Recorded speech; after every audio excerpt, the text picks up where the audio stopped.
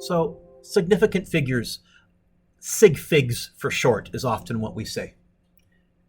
What's the difference between $600 and $599.87, besides the obvious 13 cents? One of these values is far more precise than the other. If you ask me how much my new TV cost, and I say to you $600, most of you understand it probably did not cost 600.00. You're thinking, I've rounded off. But if you ask me how much did my TV cost, and I say to you $599.87, most of you realize that's probably not a rounded off value. That one there, he actually ran the numbers. How do we compare values at different levels of accuracy or precision or rounding off? Scientifically, we say that one more has significant figures than the other. 600 has, does anybody know how many sig figs 600 has? It has one sig fig. $599.87 has 5 sig figs. There are English rules for sig figs, but Alexis, I've learned it's easier to do a bunch of examples first, and then I'll say, here's the rules. So you ready? Here we go. How many sig figs? The number 5 has 1. The number 12 has 2. The number 103 has 3. But the number 130 has 2. The number 1,300 has 2. The number 13,000 has 2. How many sig figs do you think 130001 has? It's got 6. So when do I count zeros and when do I ignore zeros? I count zeros if they're between non-zero numbers. Okay? But if they're just on the end, I ignore them. We say they're placeholders. We're saying that that zero or those 2 zeros or those 3 zeros, the only thing that they're doing is letting you know that this was a 1 and a 3, 130. This was 1,300. This was 13,000. But whatever measuring device that you were looking at was only showing you 2 digits. It was just calibrated in different scales. How many sig figs does 20 have? 1. What we're really saying is, whatever measuring device that I was using, it was accurate to there, but after that, it didn't have any smaller markings. Or this measuring device was accurate to the hundreds, but it didn't have any smaller markings on it. Or this measuring device was accurate to the thousands, but then again, Dina didn't have any smaller markings on it, so I couldn't tell you. Whereas this measuring device was accurate to the ones. This measuring device here was accurate to the tens, so I was guessing on any digits after that, so we just don't bother filling them in, put a 0 there. What if, though, I was measuring a device that was accurate to the ones and it just happened to be exactly 20? If I write that, I'm telling you I measured to that degree of accuracy. But if I do that, I'm telling you actually that has 2 sig figs. I measured to that degree of accuracy. It just happened to be a 0, not a 1, not a 2, not a 3, not a 5. It was a 0. I measured that accurately. So, how many sig figs? 2. 3? Still 3? Still 3? Still 3? Now it's 6. We have to assume that actually these were measured and they just happened to be 0. That's how we kind of indicate that. So the decimal point makes a difference. How many?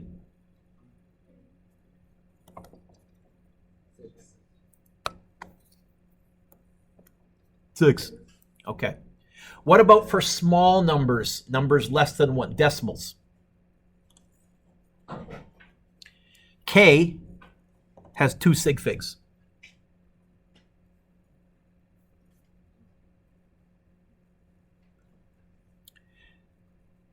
3 sig figs.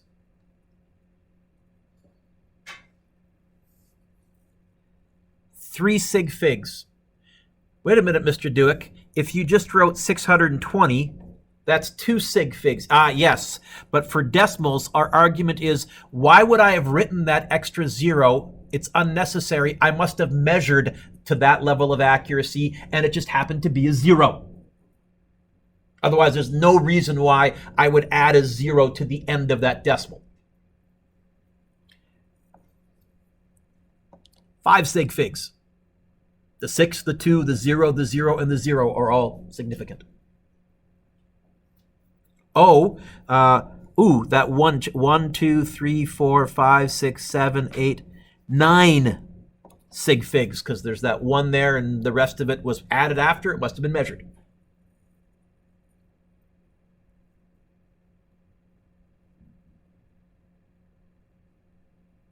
Four sig figs.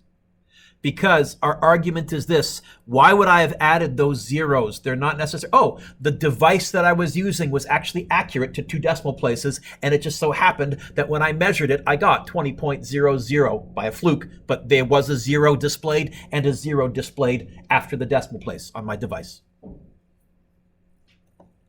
Scientific notation is the easiest, because Cam, for scientific notation, it's 3. You just count the number of digits. It's 4. You just count the number of digits. And why would I have added that 0? I must have put it there because when I measured, it happened. I was actually a 0. And 5.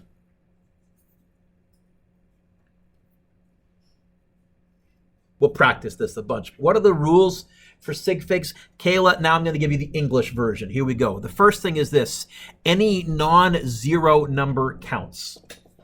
So 456, how many sig figs? That's the easy one. Everyone? 3.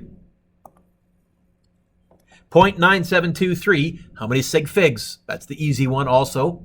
4. Any non-zero number counts. Zeros to the left of a decimal point count. Left is that way. So 690, that's 2 sig figs. 690 decimal, that's 3 sig figs.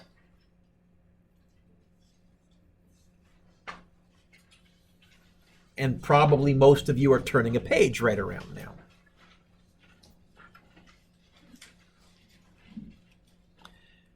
Decimals are trickier. So, if there are non-zero numbers to the left of a 0, they count. Otherwise, we ignore them. Say, what? 67 point. Well, first of all, the second one is easier. 1, 2, 3, 4, 5. This is definitely 6 sig figs. The upper one, that is 4 sig figs. Look up. How many sig figs?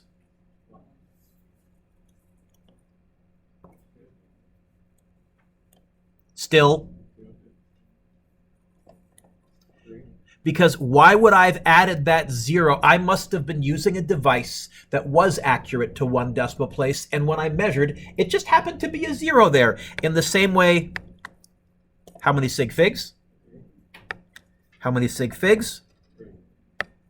How many sig figs? Got to be 3, and that's what I measured to. How many sig figs? How many sig figs? How many sig figs? Still 4. It just happened to be that I measured a 0, 0 at the end. How many sig figs? 2. How many sig figs?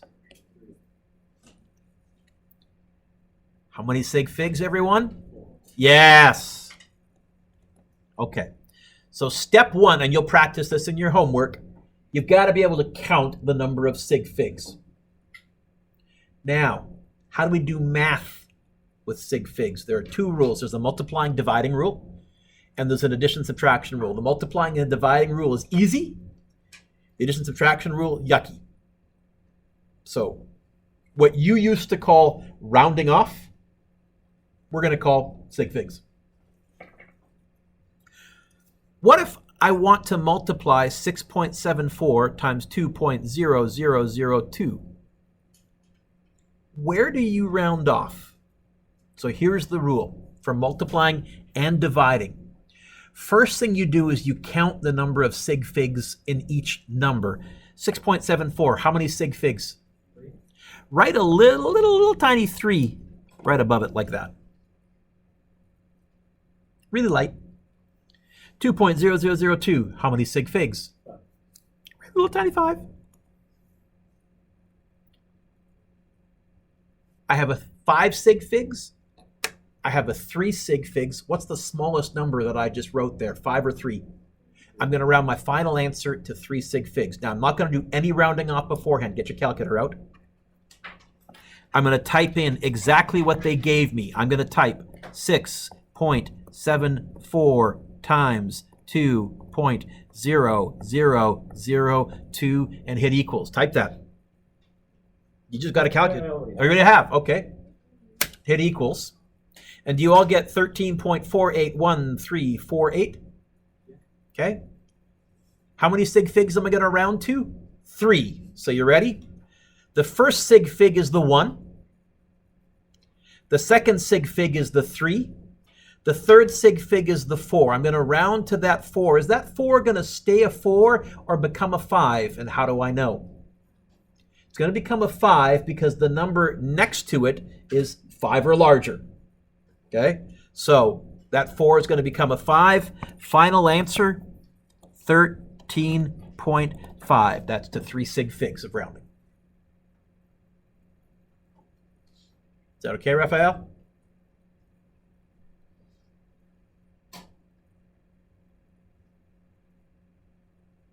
So, same rule for dividing.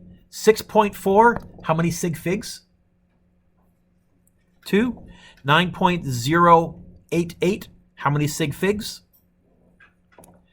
I'm going to go to 2 sig figs. Don't round off beforehand. I round off after. So it's going to be 6.4 divided by 9.088 equals. The first sig fig is the 7. The second sig fig is the 0. Is that 0 going to stay a 0 or become a 1? It's going to stay a 0. And now you're starting to see why you have to add zeros. I have to go 0.70 because that's to 2 sig figs, and that's what I need to round off to.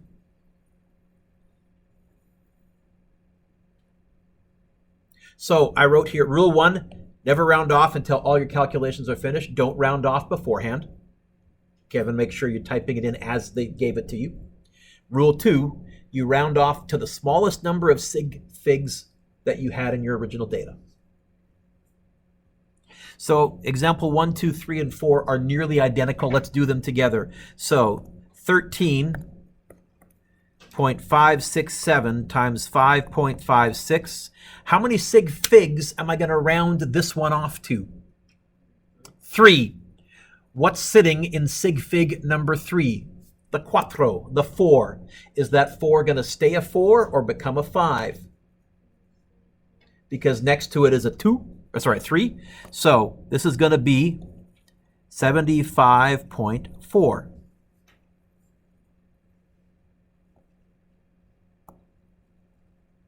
Let's compare that with example 2, 13.567 times 5.5. How many sig figs am I going to round off to here?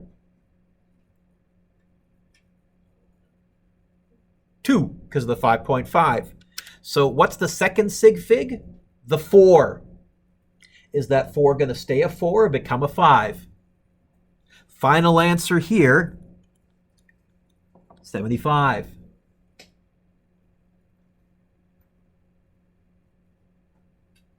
13.567 times 5.0.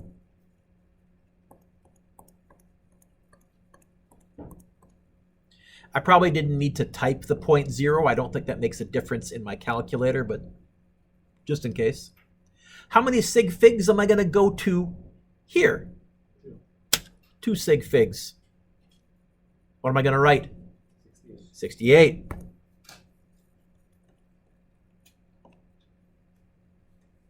How many sig figs am I going to go to in example 4? Yeah, 1. So 13.567 times 5. What's sitting where the first sig fig is? A 6. Is that 6 going to stay a 6 or become a 7? Now, the answer originally was 67. I can't just go, oh, 7. This is why I have to say, no. 70 and that 0, not significant, because I went to 1 sig fig, but that 0 was telling you, look, the 6 that you rounded off was in the tens column. It was 70, not 7. That's why that 0 was not significant. And don't put a decimal point afterwards, because then you'd be saying 2 sig figs, not 1. A little weird, I know, but this has been well thought out. That's the rule for multiplying and dividing. Look at your original data. What's the smallest number of sig figs they gave you? Round your final answer to that many sig figs. Not decimal places, sig figs. Next page. What's the rule for adding and subtracting? The rule for adding and subtracting has nothing to do with sig figs. It has everything to do with decimal places. So, 4.567, how many decimal places do I have? 3. The 5, the 6, and the 7. So do me a little favor, put a little 3 right there. Can't write it above because I wrote it vertically. 9.0, how many decimal places does that one have? 1. I'm going to go to 1 decimal place. Not sig figs, decimal place. Mr. Dueck, is it really easy to get these 2 rules mixed up and do the addition rule when I'm multiplying and the multiplying rule when I'm at? Yes! That's really the tricky part, is keeping them straight. So, type it into your calculator as is. 4.567 plus 9.0. 1 decimal place, the 5. Cam, is that 5 going to stay a 5 or become a 6? Yep. 13.6. Now you'll notice, how many sig figs does 4.567 have? 4. How many sig figs does 9.0 have? 2. How many sig figs is my final answer? 3. Nothing to do with sig figs now. It's decimal places. So, use all the known digits in the calculation, round off to the last decimal place that the numbers have in common. Fewest number of decimal places. So let's try this next one here. Now, since it's horizontal, I'll write above it. Are we adding, subtracting, multiplying, or dividing? What are we doing? Adding and subtracting. So don't use the multiplication rule. What's the addition rule? Eliana, it's decimal places. How many decimal places does the first number have? Yep. How many decimal places does the second number have? How many decimal places does the third number have? I'm going to go to 2 decimal places. I'll type this in very carefully, paying attention to pluses and minuses. 19.324 plus 2.15 minus 8.6789. I'm not going to go to 3 sig figs because I know the middle number is 3 sig figs. I'm going to go to decimal places for adding and subtracting. What did you say? How many decimal places? What's sitting where the second decimal place is? Is that 9 going to stay a 9 or become a 0? 0. And that's going to bump up the 7 next to it. So my final answer is going to be 12.80. That is rounded off correctly to the correct number of sig fig decimal places. That is the addition rule.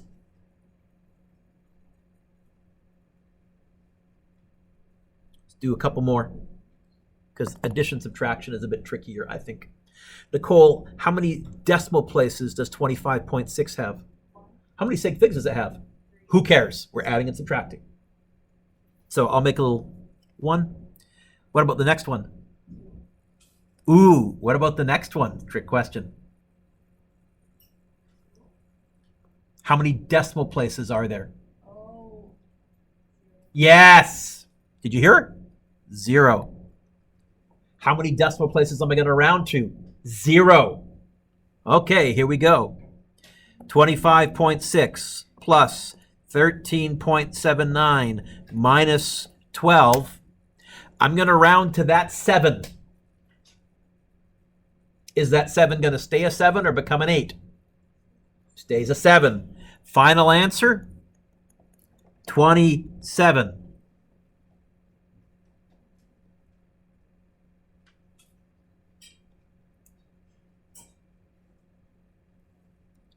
The next one.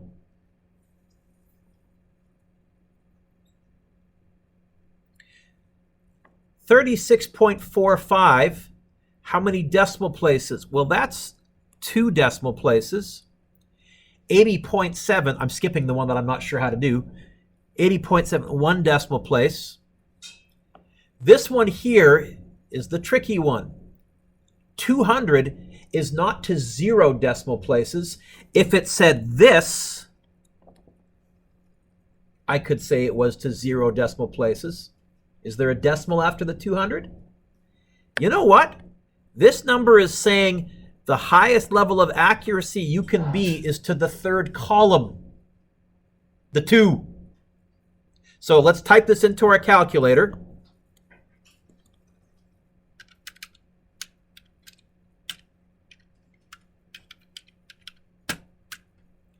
I can only round this to the 3rd column. Because of this 200, I have to assume that those zeros are not significant. Only the 2 is significant. That's the first decimal place that I know. I can't call it a decimal place because it's not after the decimal, so I'll call it a column. Okay, that's the first column that I know. So I'm going to round to the 3. Is that 3 going to stay a 3 or become a 4? Okay. And then to let you know that actually it's 300, I'll have to add those extra zeros, which are not significant. That's a little weird, I know. Let's do another one like that. 0.998, that's 3 decimal places. 8.63, that's 2 decimal places. Here, it's not only no decimal places, but actually it's 3 columns away from the decimal. I'm going to round to that column. It's going to go 400 plus 8.63 plus 0.998. Oh, I got a typo, Mr. Dewick. Nice try. 400 plus 8.63 plus 0.998. I'm going to round to the 400 column. Jaya, is the 400 going to stay a 400 or become a 500? Final answer here.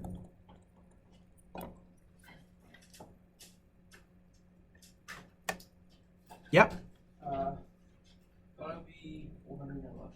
Nope, because I have to assume that these columns here are unknown because they're not significant. That could have been a 6 or a 7. I don't know what was there because the instrument that this number came from only measured to the hundreds column of accuracy. And so all I can give you here is an answer in the hundreds column of accuracy. Okay? The really tricky part with this is you don't know if you've done it wrong unless you check your answers, because your calculator is going to give you an answer no matter what. Kyle, it's going to tell you something. So you want to make sure you check your answers. Here's your summary. So for multiplication and division, least number of sig figs. Addition and subtraction, least number of decimal places, or if there's one with no decimal places, highest non-zero, first non-zero column. We need to practice this. So you're going to get the rest of class. If you haven't finished the scientific notation homework, you can get that done. But you need to practice this. So first section is just asking you how many sig figs. 51, how many sig figs? 2. So you put a 2 there, etc., etc. The answers are attached. Check your answers. Then on the next page, we have a bunch of multiplication, division, and a bunch of addition, subtraction questions. Again, check your answers. I did attach the answer key. Shorter lesson today to make up for the longer lesson last class. But first, put your pencils down.